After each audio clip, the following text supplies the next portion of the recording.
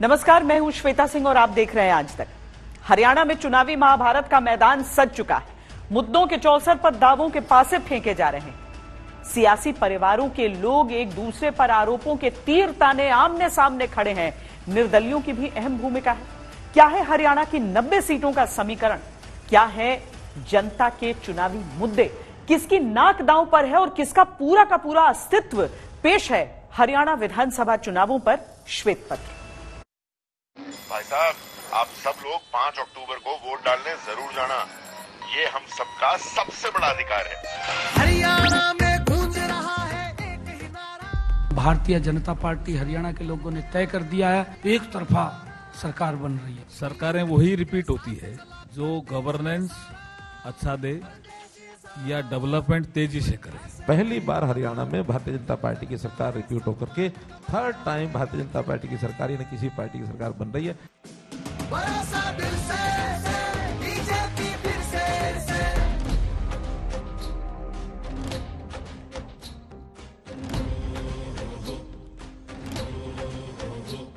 वादे वादे कितने वादे देखे हैं, झूठे झूठे सारे इरादे देखे हैं। राज चलता है मनमाना। सारा देश, सारा मीडिया बोल रहा है कि हरियाणा में कांग्रेस की सरकार बनेगी। बीजेपी की सरकार जारी है और हरियाणा में कांग्रेस पार्टी की सरकार आ रही है। लोकसभा में तो ऑफ किया, अब के बीजेपी साफ हो जाएगी।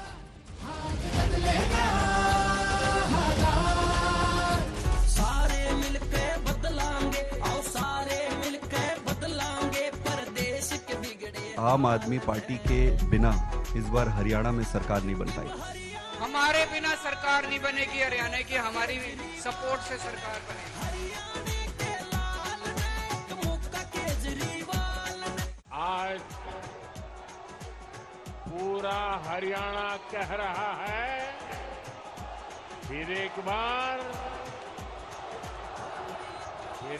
बार भाजपा सरकार। बीजेपी के साथ चला परदेश ये सारा। 10 साल की सत्ता को बचाने का चुनाव है।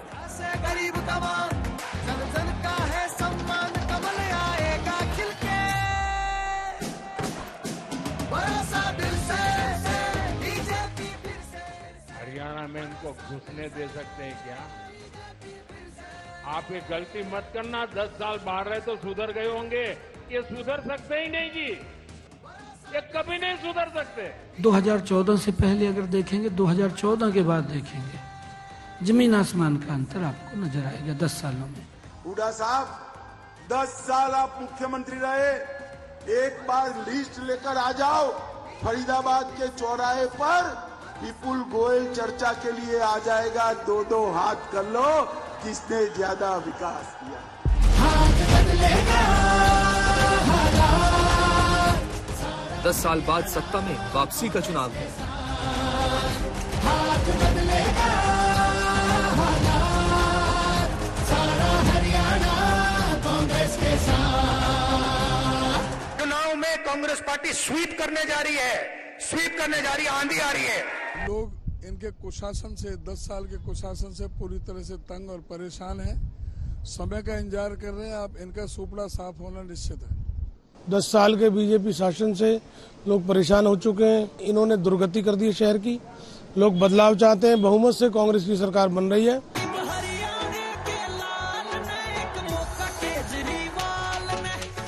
ये चुनाव है सियासी विस्तार की उम्मीदों का।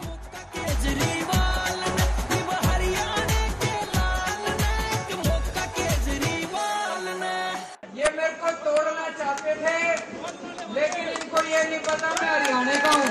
और इन्होंने जो कुछ भी करा मेरे साथ, हरियाणा का बच्चा बच्चा उसका बदला लेगा। लेगा कि नहीं लेगा? इन्होंने मेरे को जेल भेजा, अब हरियाणा वाले इनको हरियाणा से बाहर भेजेंगे। ये चुनाव है पारिवारिक विरासतों पर दबदबे का। हरियाणा की तस्वीर और युवा नेतृत्व की राह चुनेगा आजाद समाज और जननायक जनता पार्टी मिलकर। प्रदेश को युवा सरकार भी देगी और बदलाव की राह भी देगी। आपको ऐसे लोग मिलेंगे जिनकी चौथी पीढ़ी वोट दे रही है हमारे परिवार। तो उन सब के काम, उन सब के लिए साथ, सहयोग, मान सम्मान, दुख दर्द, हर चीज में साथ, ये सब एक प्यार हमारी तरफ से भी बनता है। खेल के मैदान से चुनावी मैदान में झंडा गाड़ने का चुनाव है।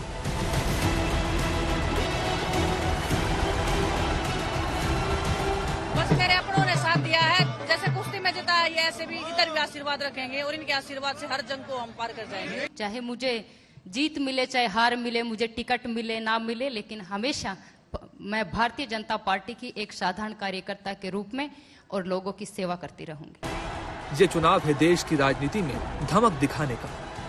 भारत माता के, भारत माता के।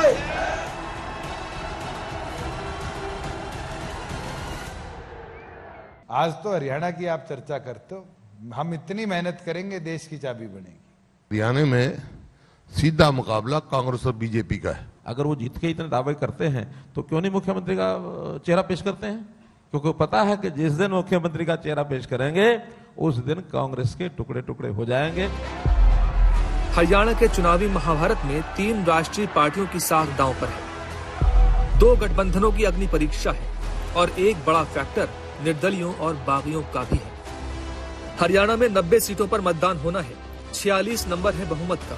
5 अक्टूबर को एक ही चरण में वोटिंग होगी और 8 अक्टूबर को नतीजे घोषित कर दिए जाएंगे। हर पार्टी की चुनावी चौसर बिक चुकी है और जीत के सबके अपने अपने दावे हैं।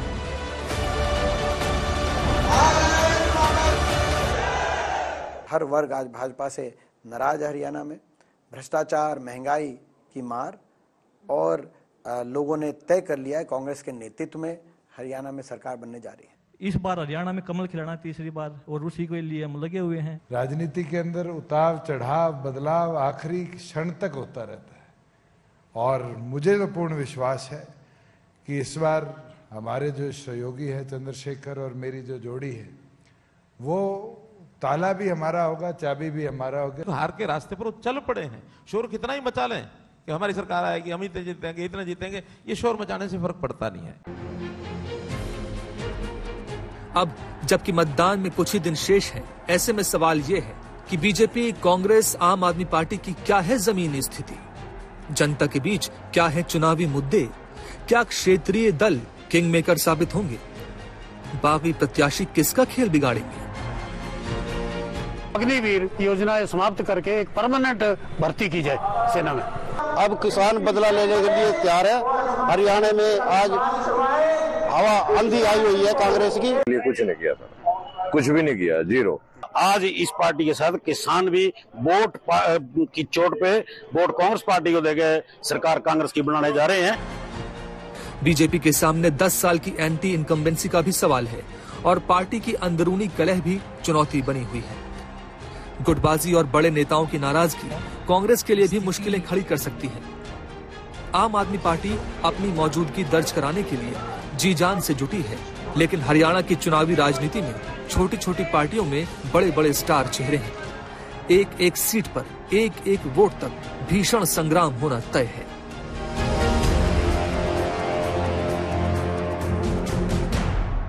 सीधा मुकाबला कांग्रेस और बीजेपी के बीच दिख रहा है, लेकिन आम आदमी पार्टी ने कांग्रेस के साथ गठबंधन न करके चुनावी लड़ाई में ट्विस्ट ला दिया है। इसके अलावा कई छोटे छोटे गठबंधन भी हैं जो तमाम सीटों पर बड़ा उलटफेर कर सकते हैं।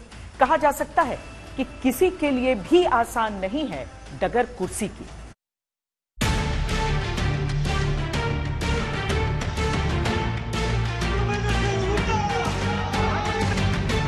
आज भी मैनिफेस्टो अगर जारी करते हैं, दिल्ली में बैठ करके करते हैं, ऐसी क्या मजबूरी है कि हरियाणा कहीं दिखाई नहीं दे रहा था। लोगों का यही नजर आ रहा है कि अब भाजपा के तो दिन लग गए, और वो आपको नजर भी आ रहा है जैसे भाजपा में भगदड़ मच रही है। 12 तारीख के बाद ही क्लियर परिस्थिति आएगी कौन मैदान में है, कौन मैदान से बाहर है। बहुत बड़ा बदलाव आएगा और हमारी सरकार में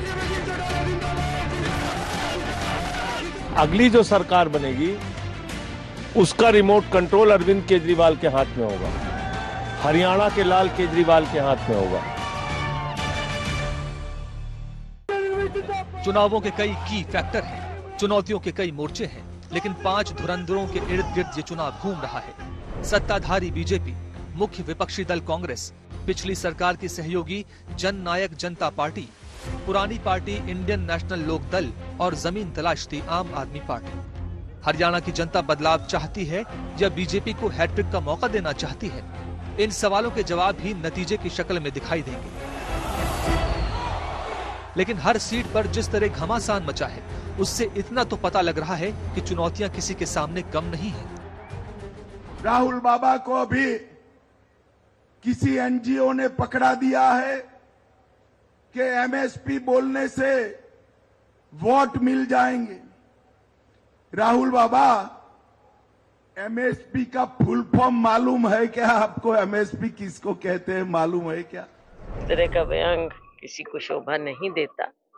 राहुल गांधी जी की कमिटमेंट है किसानों के प्रति, और भाजपा की किसानों से कोई भाजपा का वास्ता नहीं है। 10 साल की सत्ता और एंटी इनकम्बेंसी के असर को समझते हुए बीजेपी ने चुनावों से पहले बड़े बदलाव किए थे। मुख्यमंत्री को बदला, जेजेपी से गठबंधन खत्म होने दिया। नए मुख्यमंत्री ने ताबड़तोड़ योजनाएं लागू की और घोषणाएं की। हर घर हर गृहिणी योजना बना करके 1 अगस्त से 500 रुपए का गैस का सिलेंडर बहनों को देना शुरू कर दिया है। जिनकी इनकम 1,80,000 रुपए है, ऐसे परिवारों की छत के ऊपर 2 किलोवाट का सोलर पैनल लगाने का निर्णय भी हमारी सरकार ने किया है। ऐसी समाज की बेटियां हैं, सरकारी स्कूल में पढ़ती हैं, जिनके 90% से ज्यादा नंबर आते हैं, उनको 1,11,000 रुपए की राशि उनके खातों में प्रोत्साहन के रूप में देने का काम हमारी सरकार कर रही है। लाडो लक्ष्मी योजना, और इसके तहत बहनों को, महिलाओं को हर महीने 2100 रुपया देने का निर्णय भी हमारी सरकार ने लिया है। बीजेपी की ताकत यह है कि वो 10 साल से सत्ता में है, बूथ स्तर तक संगठन है, चुनाव की तैयारी काफी पहले से कर रही है। कमजोरी के तौर पर एंटी इनकम्बेंसी है, किसानों की नाराजगी है, पहलवानों की नाराजगी है, अग्निवीर मुद्दा है, बेरोजगारी के मुद्दे भारी पड़ सकते हैं। अवसर के तौर पर देखा जाए तो बीजेपी नए मुख्यमंत्री की छवि और पुराने मुख्यमंत्री के कामों का फायदा उठा सकती है। चुनौतियां ये हैं कि कांग्रेस का बढ़ता जनाधार, जिसके कारण लोकसभा की 5 सीटें गंवानी पड़ी, और असंतुष्टों की नाराजगी बीजेपी को परेशान कर सकती है। कांग्रेस की सरकारें चलती थी, एक मुख्यमंत्री आता था तो एक जिले का काम होता था और भ्रष्टाचार बढ़ जाता था। दूसरा मुख्यमंत्री आता था तो दूसरे जिले का काम होता था और गुंडागर्दी बढ़ जाती थी। भाजपा की सरकार आई, पूरे हरियाणा की सरकार आई, 36 बिरादरी का विकास करने का काम हमारी भारतीय जनता पार्टी ने किया, और ये 10 साल के अंदर हरियाणा में भ्रष्टाचार का नामो निशान समाप्त कर दिया।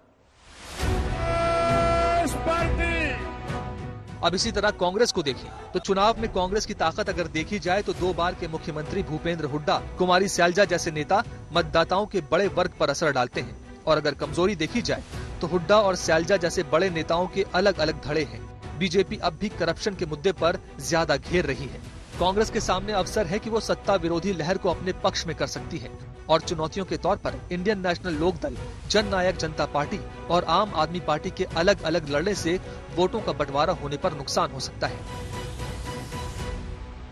सारी की सारी प्लानिंग 10-15 लोगों के लिए होती है। हरियाणा के किसानों का कर्जा माफ नहीं होगा, आपको सही एमएसपी नहीं मिलेगी, मगर 25 अरबपतियों का 16 लाख करोड़ रुपया कर्जा माफ होगा। हरियाणा एक साथ लड़ेगा, सबकी सरकार बनेगी, खुशी से बनेगी। चुनाव में कांग्रेस पार्टी स्वीप करने जा रही है, पूरे हरियाणा की सरकार होगी, इसमें सबकी इज्जत होगी, सबकी रिस्पेक्ट होगी, सबकी जगह होगी। आम आदमी पार्टी भी पूरी ताकत लगा रही है इस बार, और उसकी ताकत यह है कि दिल्ली और पंजाब की सरकारों के लिए काम किया है और केजरीवाल की छवि है। उसकी कमजोरी पर नजर दौड़ाई जाए तो केजरीवाल पर लगे भ्रष्टाचार के आरोपों के अलावा जनाधार का न होना भी एक कमजोरी है। आम आदमी पार्टी के सामने अवसर ये है कि वो खुद को कांग्रेस और बीजेपी के विकल्प के रूप में पेश कर रही है और आम आदमी पार्टी के सामने सबसे बड़ी चुनौती ये है कि अकेले बिना गठबंधन के वो चुनाव लड़ रही है। 2019 में उसे सिर्फ 0.48% वोट मिले थे, यानी नोटा से भी कम वोट। जहाँ जा रहा हूँ इतना प्यार मिल रहा है लोगों को, देखते ही मेरे को देखते ही लोगों की स्माइल हो जाती है, लोगों के चेहरे पे मुस्कान आ जाती है। दूसरे नेताओं को देखते ही लोग मुंडी घुमा लेते हैं, मेरे को देखते ही स्माइल करते हैं। जहां जा रहा हूं इतना प्यार मिल रहा है, लेकिन अभी भी 10 दिन पहले छोड़ा इन्होंने मेरे को। आज मैं कह के जा रहा हूं इतनी सीट आ रही है कि हमारे बिना सरकार नहीं बनेगी हरियाणा की। जेजेपी 4.5 साल से सत्ता में रही है। ग्रामीण इलाकों के अलावा जाट वोटर्स में अच्छी पैठ है और देवीलाल की विरासत का दावा उसकी स्थिति को मजबूत करता है। साथ में आजाद समाज पार्टी के साथ गठबंधन है तो दलित वोटर्स में असर बढ़ सकता है, लेकिन इन चुनावों में अपने अस्तित्व को बचाते हुए विस्तार करने की चुनौती भी कम नहीं है। ना तो पिछली बार ये सोचा था किसके साथ जाएंगे, प्रदेश को स्थिर सरकार मिले और स्थिर सरकार के साथ जननायक जनता पार्टी के जो वादे जनता को थे वो पूर्ण हो, इसके ऊपर जिसने हमें पहले सहमति दी और हमें स्थिरता दिखी, हम उसके साथ गए।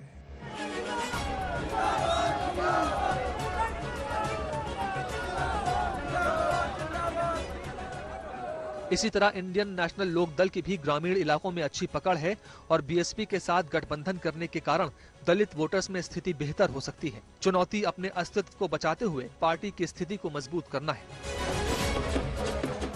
सब राजनीतिक दल अपनी अपनी रैलियां करते हैं। मोदी साहब और अमित शाह दोनों मुझे इलाहाबाद हराने आए थे, 3 दिन के गैप में आए थे। 3 दिन पहले अमित शाह, 3 दिन बाद मोदी, यार एक गांव में आए दोनों। तो आप अंदाजा लगा लें कि इनके आने से कितना का असर पड़ता है। कांग्रेस में डिसिप्लिन नहीं है, संगठन नहीं है। जहां संगठन नहीं होगा, डिसिप्लिन नहीं होगा, वो पार्टी आगे नहीं बढ़ेगी। इसीलिए कांग्रेस पिछले 15 साल से राज से बाहर है। सरकार तो हमारी बनेगी, हम 25 से 30 सीट जीतेंगे, सबसे बड़ी पार्टी हमारी होगी गठबंधन। बहुमत जिसे मिलेगा उसकी सरकार बनेगी, लेकिन स्थिति अगर त्रिशंकु विधानसभा की रही तो निर्दलियों और बागियों के साथ क्षेत्रीय दलों की ताकत बहुत बढ़ जाएगी और उनकी भूमिका ही नई सरकार के गठन में सहायक होगी। जनता के लिए वादों की झड़ी लगाने में न बीजेपी पीछे है न कांग्रेस पीछे है। बीजेपी संकल्प पत्र के रूप में 20 सूत्रीय एजेंडा लेकर मैदान में है। कांग्रेस 7 गारंटी के साथ जनता के बीच है। इसके अलावा जनता के बीच भी कई ऐसे मुद्दे हैं जिनका चुनावी नतीजों पर असर पड़ना तय है।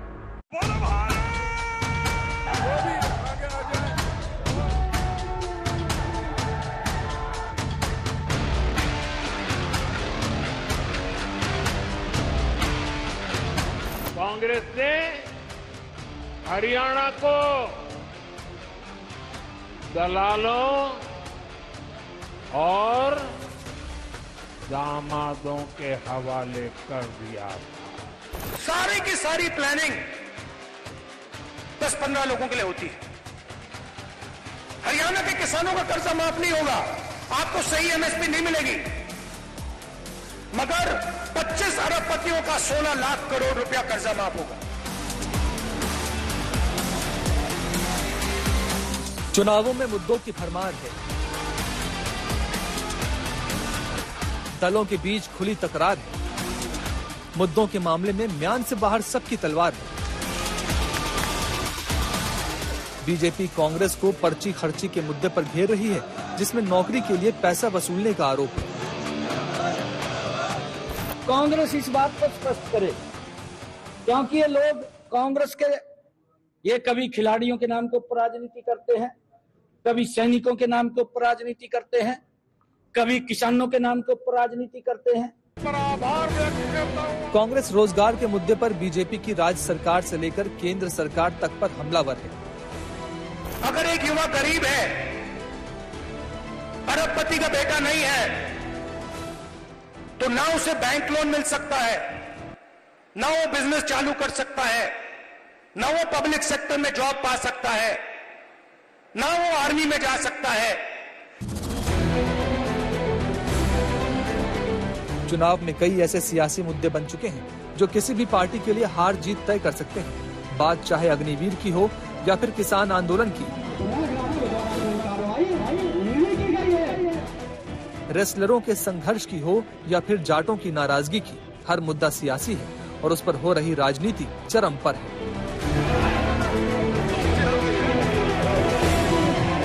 आज की तारीख में जाट किसके साथ? मैं तो एक 36 साल का युवा हूं, क्यों मेरे को जाति में बांटो? मेरे साथ तो हर कास्ट का, हर कलर का, हर क्रीड का व्यक्ति जुड़ा हुआ है। मैं क्यों कास्टिज्म की बात करूं? हमने बहुत लंबा चलना है। 45 साल राजनीति करूंगा, 80 साल का होऊंगा जब।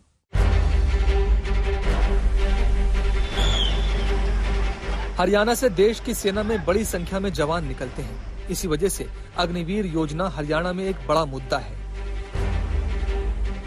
ये देशभक्ति का भाव, आप देश की फौज पे राजनीति करना चाहते हैं, लेकिन देश की फौज में जो नौजवान जाता है जिस देशभक्ति के भाव से, वो आपके कार्यालय के बाहर 4 साल के बाद आकर चौकीदार के भाव बनने के भाव से नहीं वो जाता, वो देश के लिए सर्वोच्च निछावर करने की बात का अपने मन में सोच के जाता है। हरियाणा का एक भी अग्निवीर पेंशन वाली नौकरी के बगैर नहीं रहेगा। ये भारतीय जनता पार्टी का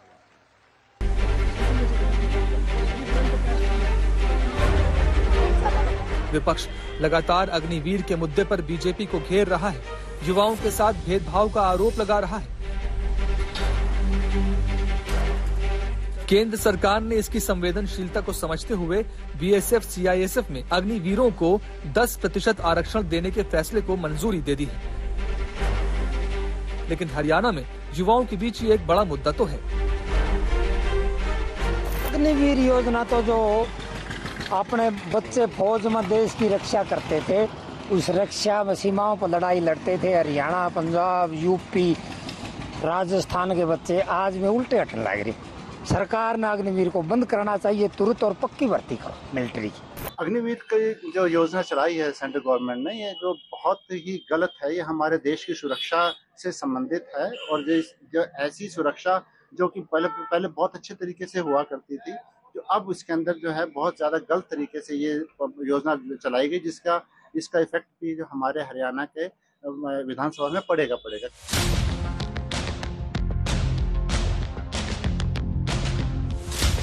ओलंपिक में पदक से चूकी विनेश फोगाट इन चुनावों से अपना सियासी डेब्यू कर रही हैं।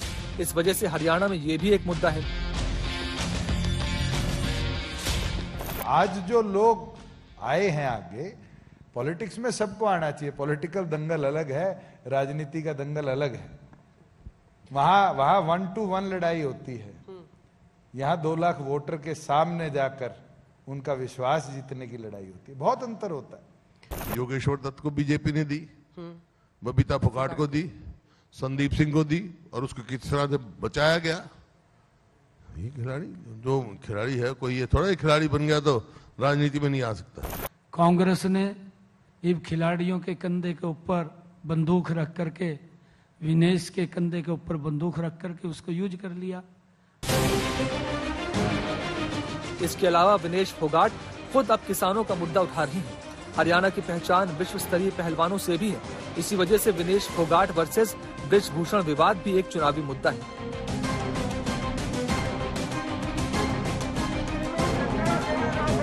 बीजेपी की केंद्र और राज्य सरकार के खिलाफ किसानों के मुद्दे कई बार उठे हैं।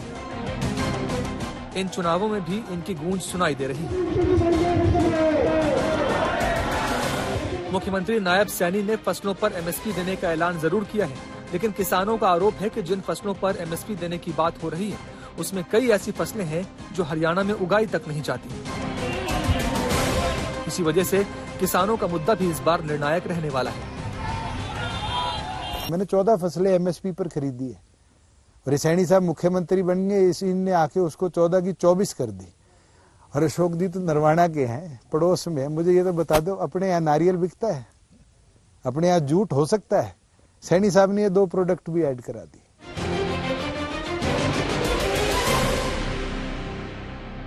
हरियाणा का मुख्यमंत्री कौन बनेगा, किस पार्टी का बनेगा, यह 8 अक्टूबर को नतीजे आने के बाद तय होगा। लेकिन कांग्रेस हो या बीजेपी, दोनों ही पार्टियों में मुख्यमंत्री की कुर्सी के लिए कई दावेदार अभी से ताल ठोक रहे हैं।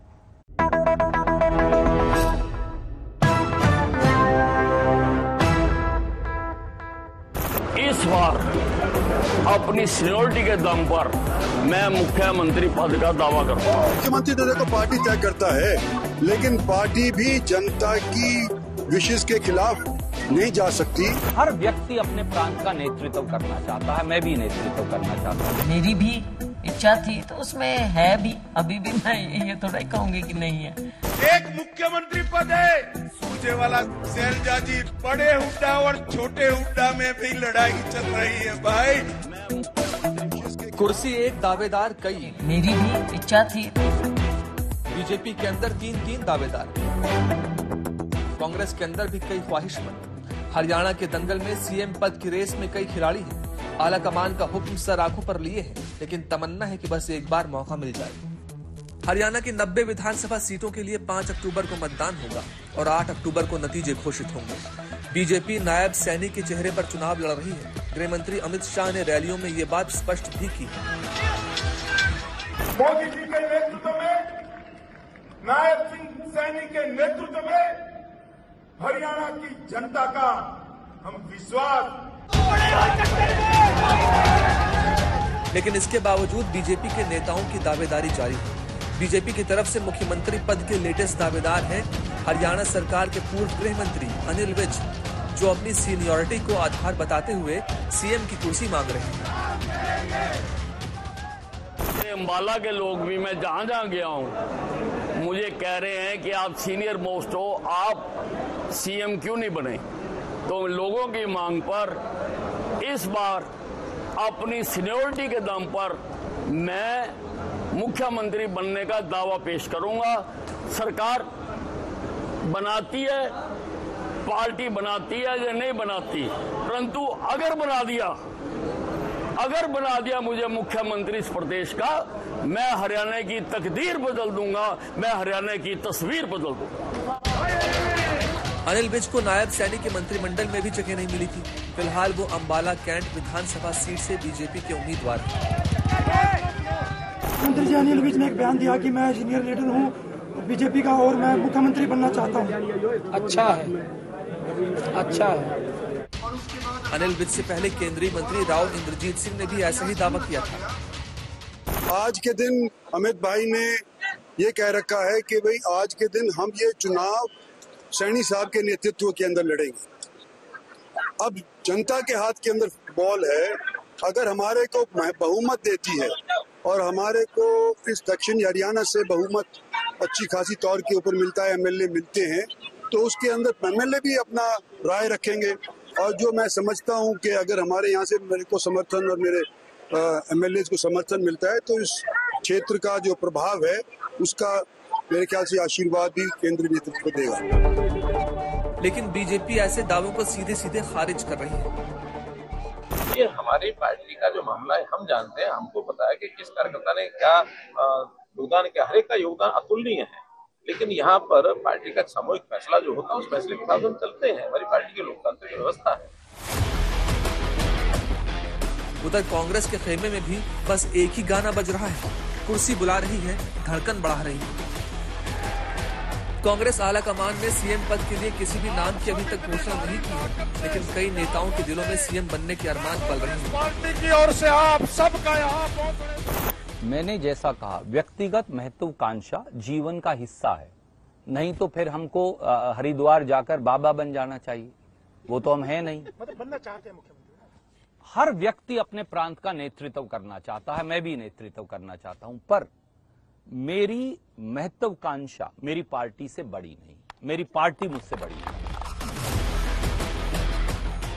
सुरजेवाला को राजनीति विरासत में मिली है। उनके पिता शमशेर सिंह सुरजेवाला विधायक और सांसद रहे थे। सुरजेवाला ने 1996 और 2005 में हरियाणा की राजनीति के दिग्गज ओम प्रकाश चौटाला को चुनाव हराया था। सुरजेवाला के अलावा सिरसा से कांग्रेस सांसद कुमारी सैलजा ने भी विधानसभा चुनाव लड़ने की इच्छा जाहिर कर दी।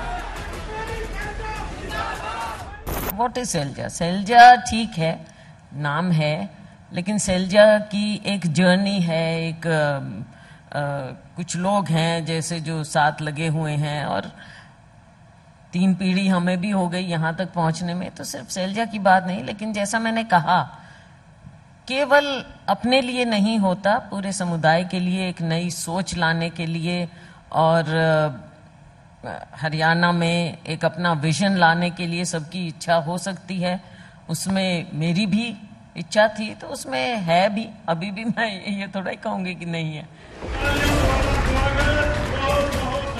कुमारी सैलजा 4 बार लोकसभा की सांसद रही हैं और 1 बार राज्यसभा में भी जा चुकी हैं। वो भारत सरकार में मंत्री और हरियाणा कांग्रेस की अध्यक्ष रही हैं। अब अगर वो विधानसभा चुनाव लड़ने की बात कह रही हैं, तो ये भूपेंद्र सिंह हुड्डा के लिए मुश्किल खड़ी कर सकता है। भूपेंद्र सिंह हुड्डा हरियाणा कांग्रेस में जाट समुदाय के सबसे बड़े नेता हैं। हरियाणा में जाट समुदाय की आबादी 25% के आसपास है। रोहतक, झज्जर, सोनीपत के इलाकों में भूपेंद्र सिंह हुड्डा बड़ा नाम माने जाते हैं, जबकि कुमारी सैलजा दलित समुदाय से संबंध रखती है। हरियाणा में कांग्रेस की राजनीति जाट और दलित वोट बैंक पर टिकी हुई है। जानकारों की माने तो हुड्डा और कुमारी सैलजा के बीच 36 का आंकड़ा माना जाता है। कुमारी सैलजा दलित नेता है, बड़ी नेता है, और कांग्रेस पार्टी दलितों को देख करके कि ये क्यों बड़ा हो गया, उसका शोषण करते हैं, उसको दबाने का काम करते हैं, उसकी आवाज दबाने का काम करते हैं। पहले अशोक तंवर की दबाई, अब सैलजा की बारी है। अब सैलजा की आवाज दबाने में लगे हुए हैं, परंतु वो महिला है। मैं इनसे कहना चाहूंगा कि दलित समाज का योगदान बड़ा है। आप लोग अगर पैसे वाले हैं हुड्डा साहब, तो गरीब व्यक्ति की मेहनत है, और मेहनत के ऊपर इस प्रदेश को आगे बढ़ाता है।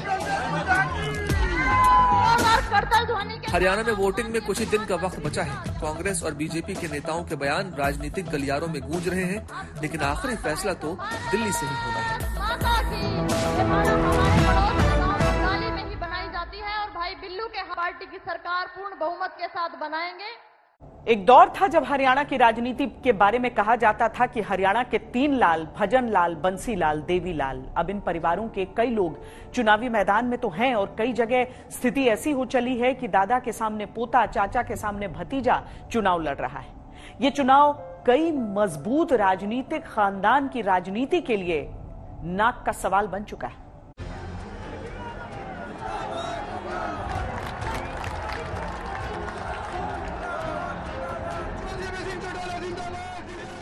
आने वाले समय में सरकार जो है वो गठबंधन की बनेगी। पिताजी जब तक चुनाव लड़ेंगे सब कुछ उनके लिए समर्पित है। जब वो कह देंगे मुझे और नहीं लड़ना, तब मैं लड़ूंगा। ओडा गांव से हमारा 4 पीढ़ी का नाता और रिश्ता है। आज मुझे अवसर मिला है और मुझे पूरा विश्वास है आपकी ये भीड़ इस बात की गवाही भी दे रही है कि ओडा गांव अपने बेटे दिग्विजय को पूरा प्यार देगा, आशीर्वाद देगा। जननायक जनता पार्टी की चाबी जो है वो विधानसभा का ताला खोलेगी। चुनावों में परिवारवाद एक मुद्दा रहता है।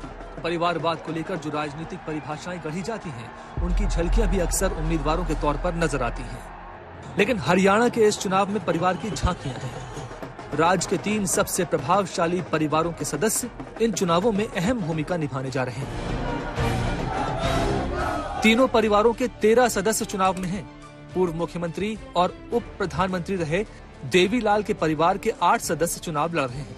अभय चौटाला, दुष्यंत चौटाला, सुनैना चौटाला, अर्जुन चौटाला, रणजीत सिंह चौटाला, अमित सिहाग चौटाला, आदित्य चौटाला और दिग्विजय चौटाला। भजनलाल फैमिली के 3 सदस्य, उनके बेटे चंद्रमोहन, पोते भव्य बिश्नोई और भतीजे दुराराम भी चुनाव लड़ रहे हैं। बंसीलाल फैमिली से उनके पोते अनिरुद्ध चौधरी और श्रुति चौधरी भी चुनाव के मैदान में ताल ठोक रहे हैं। परिवार तो एक है, राजनीति अलग है। तो क्या वो राजनीति मिलकर इकट्ठी हो सकती है? ये तो जब हमें पार्टी से निष्कासित किया था जिन लोगों ने, उनको सोचना चाहिए। हमने कभी INLD से रेजिग्नेशन नहीं दिया। वो तो कह रहे गद्दारी की छोड़ के चले गए खुद ही। अरे आप उनसे रेजिग्नेशन की कॉपी तो मांग लो, दुष्यंत चौटाला की, दिग्विजय चौटाला की, अजय सिंह चौटाला की। लेकिन इसलिए मैं उनको नॉन सीरियस पॉलिटिशियन कहता। मुझे सीरियस पॉलिटिशियन नहीं मानता तो आज यहाँ नहीं पहुँचता। MP किसने बनाया था? इसके बाप को एमएलए किसने बनाया, इसकी माँ को किसने बनाया, उनसे ये पूछ लो ना आपका। पर क्या दोबारा तेरी माँ को राजनीति में लाने वाला कौन था, तेरे को एमपी बनाने वाला कौन था, तेरे बाप को डबवाली से एमएलए किसने बनाया। बात सिर्फ ये नहीं कि प्रभावशाली परिवारों के लोग चुनाव मैदान में हैं, बल्कि बड़ी बात यह है कि कई खून के रिश्ते से जुड़े लोग आमने सामने चुनावी तलवार लिए खड़े हैं, महाभारत की तरह।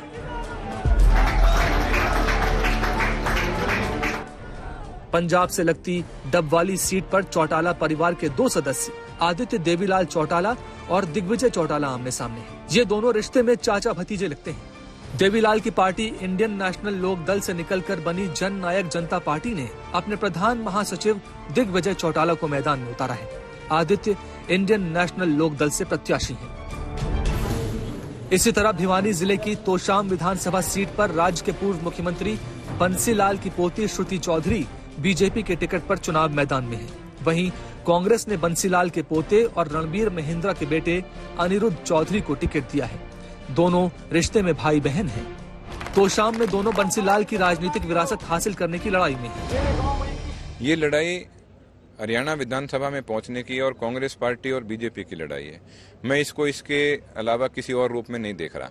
मैं सिर्फ इस रूप में देख रहा हूं कि इस इलाके को, हमारे इलाके को, ये मेरी मिट्टी है, ये हम सब भाइयों की, साथियों की मिट्टी है। इस मिट्टी में ताकत कैसे लेके आनी है, इसको मजबूत कैसे करना है, मैं सिर्फ इस नजरिए से देख रहा हूँ। मुझे जिताइएगा भारी मतों से। मैं बेटी हूँ, बहन हूँ और हरदम साथ रही हूँ। और जैसे सबने काम किया, मेरे पहले चौधरी बंसीलाल ने, सुरेंद्र सिंह जी ने, किरण जी ने, उसी तरीके से आगे इस काम को बढ़ाएंगे। एक और पारिवारिक मुकाबला सिरसा जिले की रानिया विधानसभा क्षेत्र में हो रहा है। रानिया में इंडियन नेशनल लोक दल ने अपने वरिष्ठ नेता अभय चौटाला के बेटे अर्जुन चौटाला को उम्मीदवार बनाया है। अर्जुन चौटाला का ये पहला चुनाव है। अर्जुन पूर्व मुख्यमंत्री ओम प्रकाश चौटाला के पोते हैं। उनके सामने रणजीत चौटाला हैं, जो रिश्ते में अर्जुन के दादा लगते हैं। वो ओम प्रकाश चौटाला के छोटे भाई हैं। यानी रानिया सीट पर मुकाबले में दादा और पोता आमने सामने हैं। इसके अलावा इन चुनावों में कांग्रेस ने कैथल से आदित्य सुरजेवाला और कलायत से विकास सहारन को उम्मीदवार बनाया है। आदित्य कांग्रेस महासचिव रणदीप सुरजेवाला और विकास हिसार से कांग्रेस सांसद जयप्रकाश के बेटे हैं। इस चुनाव से इन दोनों नेताओं ने अपने बेटों को राजनीति में उतारा है। यंगेस्ट एमएलए अगर मैं बनूंगा और कैथल के सारे वासियों के आशीष के साथ जरूर होएगा। वो युवा की आवाज उठाना है, वो खिलाड़ी हो हमारे। मेरी बड़ी बहन विनेश भी हमारे साथ होएगी। हम सब खड़े होकर हमारे खिलाड़ियों के लिए आवाज उठाएंगे, रोजगार की आवाज उठाएंगे। मंत्री बनेंगे वो तो पार्टी पे डिपेंडेंट है। जो हाईकमांड हमें सौंपेगा ड्यूटी, हम तो वो करेंगे। हम तो कांग्रेस पार्टी और राहुल गांधी जी के सिपाही। राजनीतिक पार्टियों के साथ साथ ये चुनाव पारिवारिक विरासतों पर अधिकार का चुनाव भी है। जनता के बीच सब अपनी अपनी अर्जी लेकर जा रहे हैं। हरियाणा में 90 सीटें हैं, लेकिन बात बनाने बिगाड़ने वाले अनेकों किरदार हैं। ये केवल 2 पार्टियों के बीच की टक्कर नहीं है, बल्कि यहां निर्दलीय भी बड़ी भूमिका में नजर आएंगे। वैसे भी कांग्रेस और भारतीय जनता पार्टी पहले ही बागी उम्मीदवारों के संकट से जूझ रहे हैं।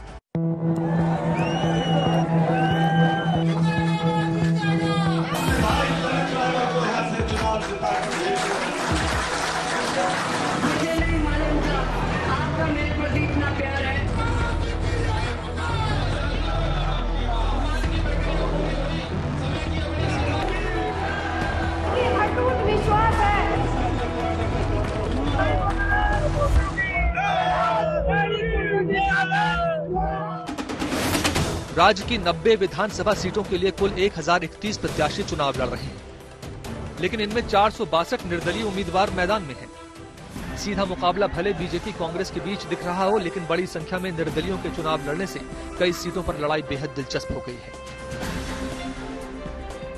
पंजाब से अलग राज्य हरियाणा बनने के 58 साल के चुनावी इतिहास में निर्दलियों ने कई बार सरकार बनवाने में किंग मेकर की भूमिका निभाई है। इस बार भी ये सवाल उठ रहा है कि क्या निर्दलीय करेंगे फिर बड़ा उलटफेर? निर्दलीय साबित होंगे किंग मेकर? मेरी टिकट कटने के बाद मेरे क्षेत्र के लोगों ने इकट्ठा होकर कहा कि आपको निराश नहीं होना, आपको घर नहीं बैठना, क्योंकि आप तो घर घर में जानते हो, हर आदमी आपसे वाकफियत है। बोले हम आपको चुनाव लड़ाएंगे। पार्टी ने तो फैसला कर दिया कि टिकटार्थी कोई दूसरा है हमारा, लेकिन हम पंचायती तौर पे हम आपको अपना टिकटार्थी मानते हैं, आपको हम अपना कैंडिडेट मानते हैं, तो आपको चुनाव मैदान में आना पड़ेगा। यही सोच के मेरी पंचायतें चुनाव लड़ रही है और उसी भरोसे से मैं आगे बढ़ रही हूँ। मेरे साथ परिवार ने मुझे कहा कि चुनाव आपको जरूर लड़ना है और उनके कहने पर मैं निर्दलीय प्रत्याशी के रूप में चुनाव मैदान में आ गई। हम जनता से 5 साल के लिए आशीर्वाद मांग रहे हैं और हमें 5 साल इसलिए चाहिए कि हम 5 साल में एक मॉडल गुड़गांव बनाना चाहते हैं। 20 साल में जितने काम नहीं हुए अगले 5 साल में उतने काम करना चाहते हैं। बीजेपी कांग्रेस दोनों बागियों से जूझ रही। कांग्रेस अपने 36 और बीजेपी 33 बागियों को मना चुकी है, लेकिन 15 सीटों पर बीजेपी के 19 और 20 सीटों पर कांग्रेस के 29 बागी मैदान में है। बागी जिस पार्टी के वोट बैंक में जितनी ज्यादा सेंध लगाएंगे उसे उतना ही नुकसान होगा। 2019 में पिछले विधानसभा चुनाव के जब नतीजे आए थे तब किसी को बहुमत नहीं मिला था। बीजेपी सबसे बड़ी पार्टी बनी, लेकिन 40 सीटें ही मिली। बहुमत 46 पर होता है। 7 निर्दलीय भी चुनाव जीते थे, जिनमें से 6 ने बीजेपी को समर्थन दे दिया। इस तरह पिछली सरकार बनी।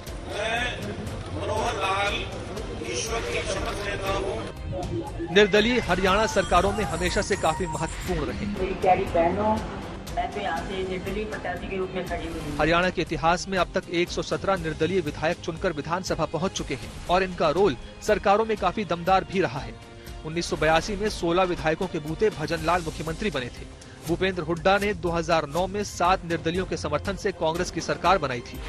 2019 में बीजेपी ने भी निर्दलीय विधायकों के सहारे अपनी सरकार के 5 साल का कार्यकाल पूरा किया। अगर निर्दलियों की ताकत का अंदाजा लगाना है तो इस आंकड़े से लगाया जा सकता है। अभी तक 6 बार 10 से ज्यादा निर्दलीय विधायक निर्वाचित होकर हरियाणा विधानसभा में अपनी भागीदारी दर्ज करा चुके हैं। इनमें 1967, 1972, 1982, 1996, 2000 और 2005 में 10 से ज्यादा निर्दलीय विधायक चुनकर आए। इस बार अगर देखा जाए तो महम, गन्नौर, हिसार, तिगांव, गुरुग्राम, अंबाला कैंट, पुंडरी सीट पर निर्दलीय कड़ी टक्कर देते दिख रहे हैं। पुंडरी सीट तो ऐसी है जहां 30 साल से निर्दलीय ही चुनाव जीता है। पिछली विधानसभा में निर्दलीय विधायकों में से कई विधायकों ने समय समय पर बीजेपी के नेतृत्व वाली सरकार को समर्थन दिया। इस बार पिछली बार के जीते कुछ निर्दलीय विधायकों को बीजेपी और कांग्रेस से भी टिकट मिले हैं। यानी बीजेपी हो या कांग्रेस, निर्दलियों की ताकत से दोनों पार्टियां वाकिफ हैं और उन्हें कम करके नहीं आंका जा सकता। जो भी सरकार बनेगी उसको हम समर्थन करेंगे। इंडिपेंडेंट चुनाव लड़ेंगे। एक छोटा सा राज्य है हरियाणा, लेकिन यहां पर भारत की सेना में, भारत के खेलों में बड़ा योगदान रहता है। इसीलिए जय जवान, जय किसान, जय पहलवान हर नारा आप सुन लेते हैं। तो हरियाणा चुनावों में इस बार ओलंपियन से लेकर राष्ट्रीय स्तर तक के कई खिलाड़ी चुनावी मैदान में। का निशान है ताई, का निशान थप्पड़ का काम करेगा। जींद जिले की जुलाना सीट पर सबकी निगाहें रहेंगी, क्योंकि यहां से कांग्रेस के टिकट पर विनेश फोगाट चुनाव लड़ रही हैं। विनेश ब्रजभूषण शरण सिंह के खिलाफ धरने के कारण काफी चर्चित रही और ओलंपिक में पदक से चूक गई थी। विनेश के सामने WWE की पहली महिला भारतीय रेसलर कविता दलाल है। ब्रजभूषण देश नहीं है। हाँ जी, मेरा देश मेरे साथ खड़ा है, मेरे साथ में है, वो मेरे लिए मैटर करते हैं। ब्रजभूषण कभी एग्जिस्ट नहीं करता। इसी तरह महम से भारतीय कबड्डी टीम के पूर्व कप्तान दीपक राम निवास हुड्डा बीजेपी के टिकट पर हैं। अटेली सीट पर बीजेपी के उम्मीदवार अंतर्राष्ट्रीय शूटर आरती राव अपनी किस्मत आजमा रही हैं। भारतीय जनता पार्टी ने तो मुझे आशीर्वाद दे दिया। अब जनता पूरी तरह से तैयार है, क्योंकि इन भ्रष्टाचारियों से तो जनता पहले ही दुखी थी और अब मौका आया है, इतना अच्छा मौका आया है कि एक गरीब घर का सामान्य परिवार का बच्चा, एक खिलाड़ी इनकी सेवा के लिए तैयार खड़ा है। तो मैं तो पूरी तरह आश्वस्त हूँ और भारतीय जनता पार्टी तो मजबूत स्थिति में। मैं आज आपको बता दूं कि तीसरी बार हरियाणा में भारतीय जनता पार्टी की सरकार बनने जा रही है। उमड़ उमड़ के लोग बाहर आ रहे हैं और भारतीय जनता पार्टी और राव इंद्रजीत सिंह जी को समर्थन दे रहे हैं और साथ में आरती सिंह राव को आश्वासन दे रहे हैं कि आने वाली 5 तारीख को वो कमल का बटन ही दबाएंगे और अटेली में कमल का फूल एक बार फिर खिलाएंगे। राजनीतिक पार्टियां माहौल बनाने में पूरी तरह जुटी हैं, लेकिन हरियाणा की लड़ाई में माहौल बनाने की जिम्मेदारी लोक गायकों ने भी संभाल रखी है। कांग्रेस के गुणगान का जिम्मा रॉकी मित्तल ने संभाल लिया है। जब देश को मोदी जी की जरूरत थी, मैंने मोदी जी के लिए काम किया। जब उत्तर प्रदेश को योगी जी की जरूरत थी, उनके लिए काम किया मैंने। जब हरियाणा में भाजपा की जरूरत थी, मैंने भाजपा के लिए काम किया। आज हरियाणा को कांग्रेस की जरूरत है, इसलिए मैं कांग्रेस का काम कर रहा हूं। मुझे माफ करना राहुल मेरे भाई, है नफरत फैलाई हमने, तूने मिटाई राहुल मेरे भाई, मुझे माफ करना राहुल मेरे भाई। नफरत के बाजार में प्यार की दुकान है, नफरत छोड़ो भारत जोड़ो राहुल अभियान है। बीजेपी के पक्ष में मतदाताओं को एकजुट करने के लिए कन्हैया मित्तल एक बार फिर मंच पर है। हमारे अंदर तो खून संघ का है साहब, जिंदगी में कभी कांग्रेस में नहीं जा सकते, लेकिन उन कांग्रेसियों को जरूर सनातन से जोड़ सकते हैं। अरे राजस्थान में लहराया, यूपी में भी लहराया, हरियाणा में लहरा दो फिर से भगवा लहरा दो, लहरा दो लहरा दो फिर से भगवा लहरा दो, लहरा दो लहरा दो। चुनावों के लिए प्रचार और कोशिशें अंतिम चरण में हैं और हरियाणा की जनता किसे सौंपेगी हरियाणा की गद्दी, इसका फैसला कुछ दिनों बाद अपने वोट की ताकत से करेगी। हरियाणा विधानसभा चुनावों पर श्वेत पत्र में अभी के लिए इतना ही। देश और दुनिया की बाकी खबरों के लिए आप देखते रहिए आज तक।